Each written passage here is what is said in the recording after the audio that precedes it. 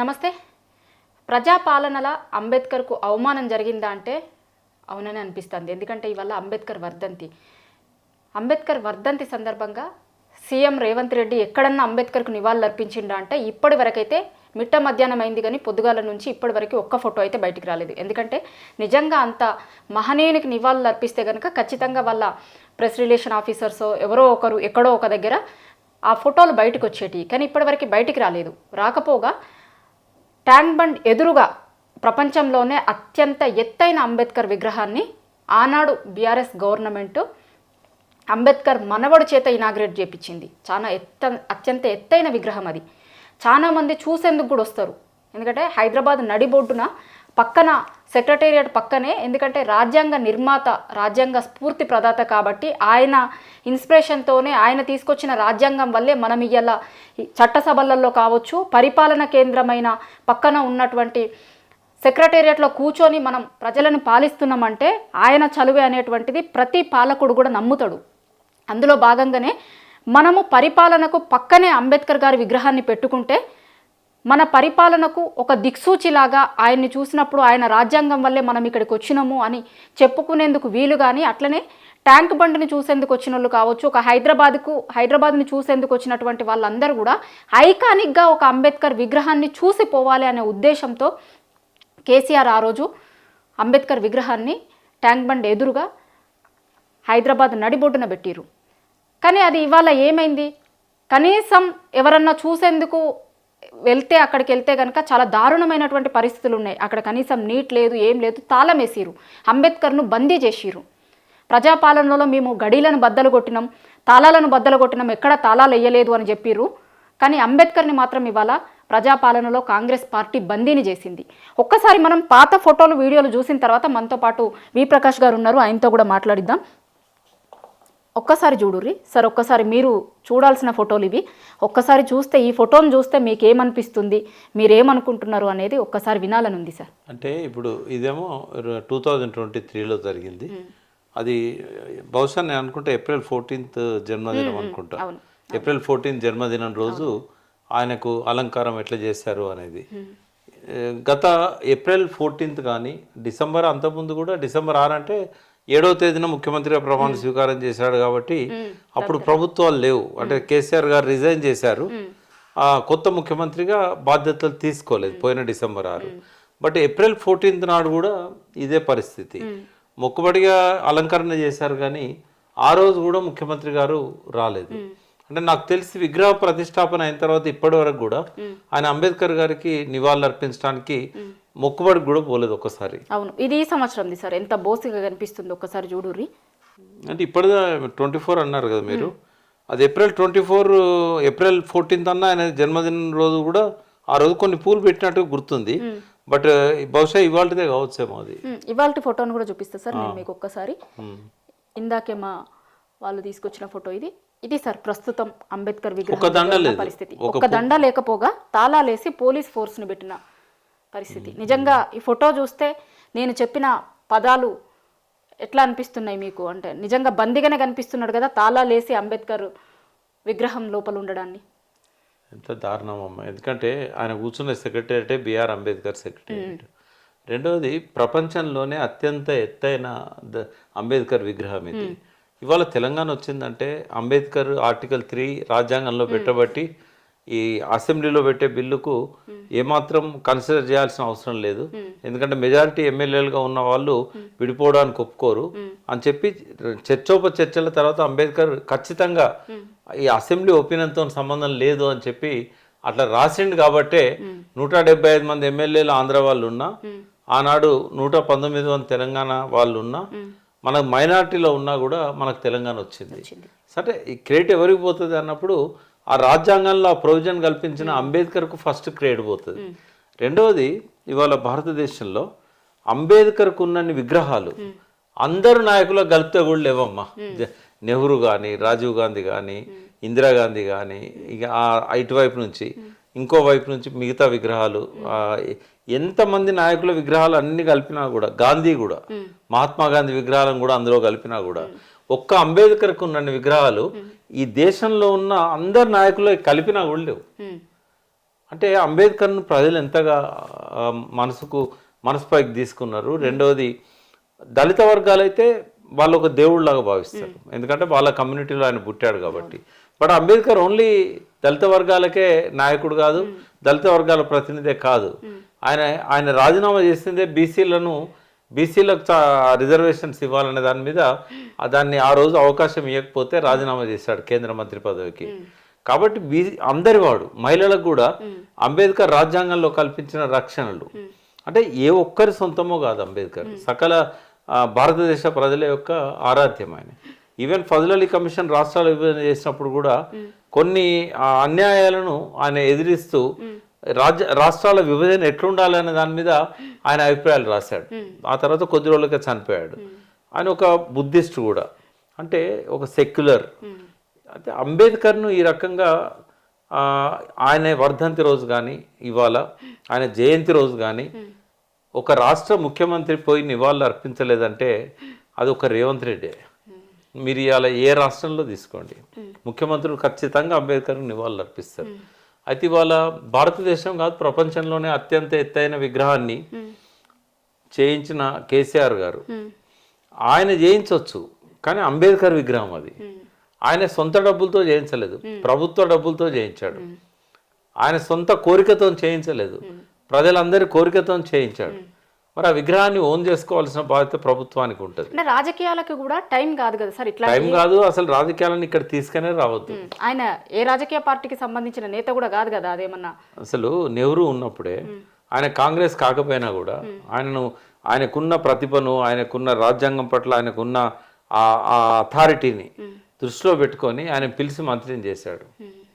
ఆయనేం కాంగ్రెస్ కాదు కదా అప్పుడు. సో అట్లా వీళ్ళు రాహుల్ గాంధీ అయినా లేకపోతే ప్రియాంక అయినా సోనియా అయినా రాజ్యాంగం మీద ప్రమాణ స్వీకారం చేసి పదవులు తీసుకుంటారు. బట్ ఈయన రాజ్యాంగం మీద ప్రమాణం చేసి ఆయన ముఖ్యమంత్రి, ఆయన ఈ రకంగా అంబేద్కర్ని అవమానించడం అనేది ఎవరికి మింగుడు పడదు. అందులో పర్టికులర్గా వాళ్ళ ఆరాధ్య దైవంగా భావించే దళితులకైతే అది అస్సలు మింగుడు పడదు. ఇంకోటి, ఇవాళ అటెండ్ కానంత మాత్రాన నేను కనుక్కున్నానమ్మా, మీరు దీని మీద మాట్లాడాలని పిలిచినప్పుడు ఎక్కడున్నాడు ముఖ్యమంత్రి అంటే ఇంట్లో ఉన్నాడు. ఇవాళ నిజంగానే అవుట్ ఆఫ్ స్టేట్ పోయిండు, లేకుంటే ఎక్కడో ఆదివాసుల దగ్గర పోయిండు, జర్నీలో ఉన్నాడు, వేరే కాడ బిజీ ఉన్నాడు అని అంటే ఆయన హైదరాబాద్లో వాళ్ళ ఇంట్లో ఉన్నాడు. వాళ్ళ ఇంట్లో ఉండి వాళ్ళు కేసీఆర్ నిర్మించిన విగ్రహం దగ్గర రాలేకపోతే అంతకుముందు ఆనవాయితీగా ప్రతి సంవత్సరం మనమందరం దండేసి గౌరవించుకునే ట్యాంక్ బండ్ దగ్గర ఉన్న అంబేద్కర్ విగ్రహం దగ్గర కన్నా రావాల్సి ఉండే. ఆయన రాకపోగా ఇంకెవరు పోకుండా పోలీసులను పెట్టాడు. కనీసం విగ్రహాన్ని అలంకరించాలనే సోయి కూడా లేకపోతే ఎట్లాగానే తెలంగాణ వ్యతిరేకి, సమైక్యవాద అనుకూలము, జై తెలంగాణ అన్నాడు, అమరవీరుల దగ్గర పోయి నివాళులు అర్పించాడు. కనీసం ఈ రాష్ట్ర ఏర్పాటుకు సహకరించిన అంబేద్కర్ మీద ఎందుకు కోపం ఉండాలి? అంటే ఆర్టికల్ 3 పెట్టడం వల్ల సమైక్య ఆంధ్రప్రదేశ్ విడిపోయింది కాబట్టి నేను అంబేద్కర్ను గౌరవించను ఆయన భావన. అంటే ఈ రాష్ట్ర విభజనకు అంబేద్కరే మొదటి కారణం కదా. ఆ కోపం ఏమన్నా అంటే పరిపరి విధాలు ఆలోచిస్తారు జనం. కాబట్టి ఏదైనా ఇవాళ మొత్తం ప్రపంచమే గుర్తించి గౌరవించే నాయకునికి ఒక రాష్ట్రంలో ఒక ముఖ్యమంత్రి దండేయకపోతే, లేకపోతే నివాళులు అర్పించకపోతే అది అవమానం అంబేద్కర్ కాదు, ఆయనకు అవమానం. అంబేద్కర్కి అవమానం చేసిండు అనేది ప్రజల్లోకి వెళ్ళిపోతుంది. కానీ పడిపోయే ఆ కీర్తి ప్రతిష్టలు అంబేద్కరే కాదు, రేవంత్ రెడ్డి. ఒకవేళ ఆయనను గౌరవించుకుంటే ఆ గౌరవం ఈయనకు కూడా ఉంటుంది. ఆయన గౌరవించకపోతే దళిత వ్యతిరేక అంటారు, ప్రజా వ్యతిరేక అంటారు, రాజ్యాంగ వ్యతిరేక అంటారు. కాబట్టి ఆ నిందలన్నీ వాళ్ళ భరించాల్సి వస్తుంది. ఒకసారి తప్పు చేసిందంటే అప్పుడు ఏదైనా పార్లమెంట్ ఎన్నికలు ఉండొచ్చు ఏప్రిల్ 14th, అందుకని హడావిడిలో రాలేకపోవచ్చు అని అనుకోవచ్చు. ఇవాళ రాకపోవడానికైతే ఏ రకమైన కారణం లేదు. రెండవది ఏంటంటే మినిమం అలంకరించాలి. అది అంబేద్కర్ స్టాచ్యూ ఒకటే కాదు, లేదు మనకు మున్సిపల్ వాళ్ళు, జిహెచ్ఎంసీ వాళ్ళు, కేసీఆర్ గారి 10 ఏళ్ల పాలనలో అది ఎవరి విగ్రహం అన్నా కానీ అది పరమ తెలంగాణ వ్యతిరేకి 369 మందిని కాల్చి చంపిన బ్రహ్మానంద రెడ్డి విగ్రహం కూడా ఆయన పుట్టినరోజు అలంకరిస్తారు. మన కాదు బ్రహ్మానంద రెడ్డి పార్క్ దగ్గర ఆయన విగ్రహం ఉన్నది. చెన్నారెడ్డిది నాగార్జున సర్కిల్లో ఉంది. పివి నరసింహారావుది క్యాన్సర్ హాస్పిటల్ బసవతారకం ముందట్టున్నది, అట్లాగే ఎల్బీ నగర్లో ఉంది. ఎక్కడైనా కూడా అది ఒక స్టేట్ రెస్పాన్సిబిలిటీ. జిహెచ్ఎంసీ వాళ్ళు వాళ్ళ బాధ్యతగా ఆ దండలతో అలంకరిస్తారు. వాళ్ళ షెడ్యూల్స్లో ఉంటుంది అది. ఇవాళ రేపటి రోజు పివి వర్ధంతి, ఈవెన్ చెన్నారెడ్డి సమాధి, ఎన్టీ రామారావు సమాధి. ఎన్టీ రామారావు అయితే ఇప్పుడు ఏం రిలవెంట్ కాదు కదా. ఎన్టీ రామారావు సమాధి ప్రతి ఒక్కరు, ఎందుకంటే గతంలో ముఖ్యమంత్రిగా చేశారు, వాళ్ళ సమాధులు, జాతీయ నాయకుల సమాధులు, విగ్రహాలు ఇవన్నీ కూడా అలంకరిస్తారు. ఇప్పుడు రాజీవ్ గాంధీది ఇట్లే ఉంటుందా? రాజీవ్ గాంధీ అయితే దాన్ని ఎంత గొప్పగా చేస్తాడు. మరి రాజీవ్ గాంధీ ఆయనకి ఇష్టమైన వాడు అంబేద్కర్. మరి నువ్వు నీ పార్టీ సిద్ధాంతాన్ని గౌరవించవైతివి, నీ పార్టీ సాంప్రదాయాన్ని, ప్రభుత్వాల సాంప్రదాయాన్ని నువ్వు ముఖ్యమంత్రి ఉన్నప్పుడు జిహెచ్ఎంసీకి చెప్పొచ్చు కదా. అది ఎంత ఆయన పోకపోవడానికి ఆయనకు ప్రత్యేక కారణాలు ఉండొచ్చు, కేసీఆర్ మీద కోపం ఉండొచ్చు, కానీ అది ప్రభుత్వ లాంఛనాలతో అలంకరించాల్సిన విగ్రహం పోలీసులను పెట్టి ఆపడమైంది. వాళ్ళ దళితులు పోయి నివాళులు అర్పించుకుంటారు, లేకపోతే ప్రజలు పోయి నివాళులు అర్పించుకుంటారు. అక్కడ పోలీసులను పెట్టడం వల్ల ఎవరైనా పోగలుగుతారా లోపలికి? మీరు చూపెట్టిన విజువల్లో పోలీసులు తప్ప ఇంకెవరు లేరు. అవును, ఇంకొక విజువల్ కూడా మీకు చూపించాలి సార్ ఈ సందర్భంగా. మీరు అన్నారు కదా ఇందాక అలంకరించుకోవాల్సింది అని. ఇది విజయోత్సవాలు చేసుకుంటున్న సందర్భంగా వాళ్ళు మొత్తం యాడ్స్తో నింపేసుకున్నారు. ట్యాంక్ బండ్ చుట్టుపక్కల మొత్తం ఎక్కడ చూసినా వీటితో నిండిపోయి ఉంది. ట్యాంక్ బండ్ మొత్తం కూడా దీంతో నిండిపోయి ఉంది. దీనికి ఉన్న ఇంట్రెస్ట్, దీని పట్ల ఉన్న ఇంట్రెస్ట్ వాళ్ళకి ఇవాళ అంబేద్కర్ పట్ల లేకుండా పోయింది. మొత్తం యాడ్స్తో నిండిపోయింది. ట్యాంక్ బండ్ చుట్టుపక్కల ఎక్కడ చూసినా కూడా మీకు మొత్తం ఇవే కనిపిస్తున్నాయి. ప్రజాపాలన విజయోత్సవాలకు సంబంధించిన పోస్టర్లతో కనిపిస్తున్నాయి. పోటీలు పడి మరి ఫ్లెక్సీలు పెట్టిన నాయకులు అంబేద్కర్ విగ్రహాన్ని ఒక్కసారి చూడరు. పోటీలు పడి ఫ్లెక్సీలు పెట్టుకున్నారు ప్రజాపాలన విజయోత్సవాల మీద. అంబేద్కర్ విగ్రహాన్ని అనాథలాగా వదిలేసారు. కనీసం ఒక పూలదండ కూడా లేకుండా, ఆయన వర్ధంతి రోజు ఒక్క పూలదండ కూడా లేకుండా చూడండి ఒక్కసారి.